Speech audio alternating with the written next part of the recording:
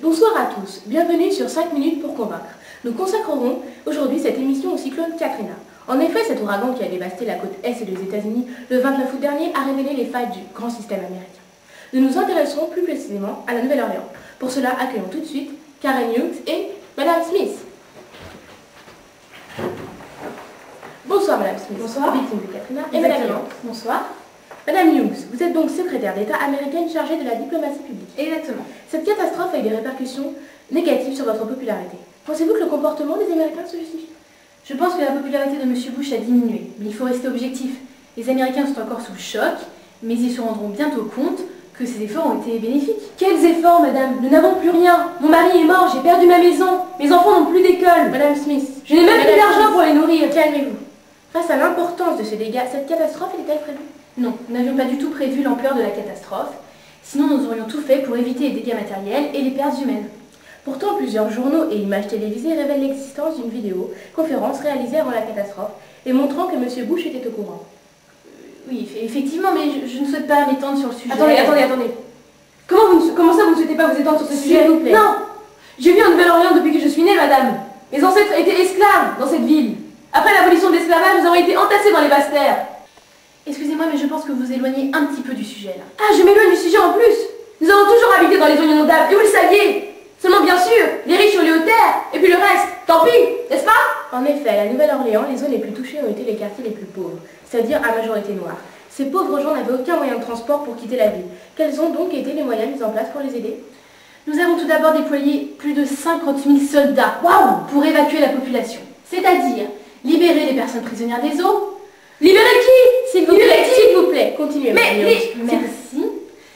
En plus, soigner les personnes blessées. Soigner quelle personne? Je n'ai rien vu. Quelle personne? Soigner qui? Et enfin, ravitailler la population. Ah bon, ravitailler la population? D'accord. Et au bout de combien de temps? Une semaine. Vous trouvez ça normal? Où étiez-vous quand les personnes agonisaient? Où étiez-vous quand nous manquions de nourriture? Nous n'avions aucun moyen de transport pour quitter la ville. Ni bus, ni camion, ni voiture. Il est vrai que 28% de la population à la Nouvelle-Orléans vit en dessous du seuil de pauvreté, dont 84% de noirs. Vous saviez donc que certaines personnes comme Madame Smith étaient trop pauvres pour quitter la ville. Beaucoup vous ont alors accusé de privilégier la population blanche. Que répondez-vous à cela? Vous savez comme moi que les États-Unis comptent environ 30 millions de noirs. Je ne privilégie pas du tout la population blanche, mais je reconnais qu'il y a de fortes inégalités sociales à la Nouvelle-Orléans. La population noire en Nouvelle-Orléans est majoritairement pauvre et située dans les zones inondables de la ville, je vous l'accorde. Mais nous ne pouvons rien faire contre Mais bien sûr! Les personnes blanches ont été touchées elles aussi, je vous le rappelle. Néanmoins, avez-vous envisagé un projet de reconstruction permettant d'atténuer ces inégalités? Nous avons en effet 3 initiatives principales. La première est la création d'emplois, dans laquelle les petites entreprises pourront bénéficier d'allégements d'impôts et d'autres avantages. La deuxième consiste à aider les familles en leur accordant des subventions d'environ 5 000 $. Waouh! Enfin, la troisième permet aux plus démunis d'obtenir des terrains appartenant à l'État sur lesquels ils pourront construire des habitations. Le coût total de cette reconstruction est estimé à environ des dizaines de milliards de dollars. La Nouvelle-Orléans est-elle une ville totalement morte pour autant? Pour répondre à cette question, nous allons recevoir notre troisième invitée, Madame Ralph Johnson.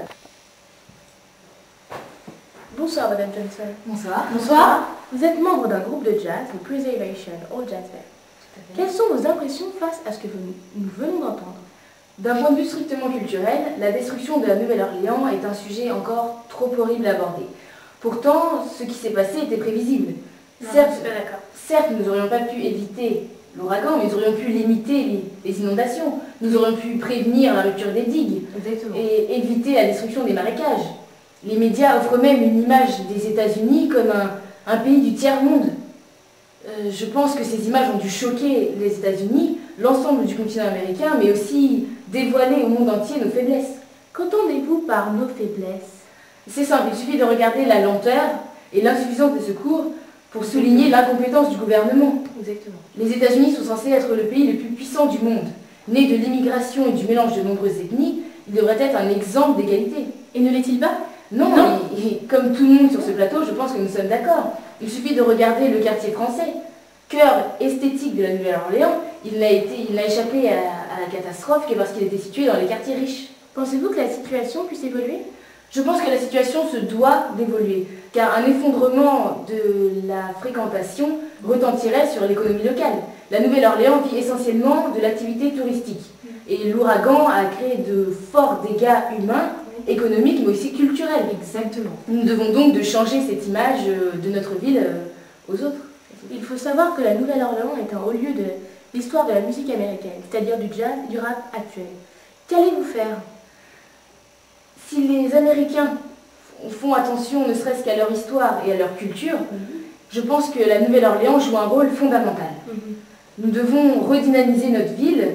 Par exemple, avec mon groupe, nous avons organisé une tournée le 20 septembre dernier où nous rendions hommage aux nombreux musiciens de Nouvelle-Orléans. Donc je pense que dans la ville, il faut optimiser et aller de l'avant. Merci Madame Johnson. Nous vous souhaitons bonne chance en vous remerciant pour votre témoignage, ainsi que Madame Hughes et Madame Smith. Merci. Quant à nous, nous nous retrouverons demain pour un reportage exclusif sur le dindon et la grippe aviaire. Bonsoir.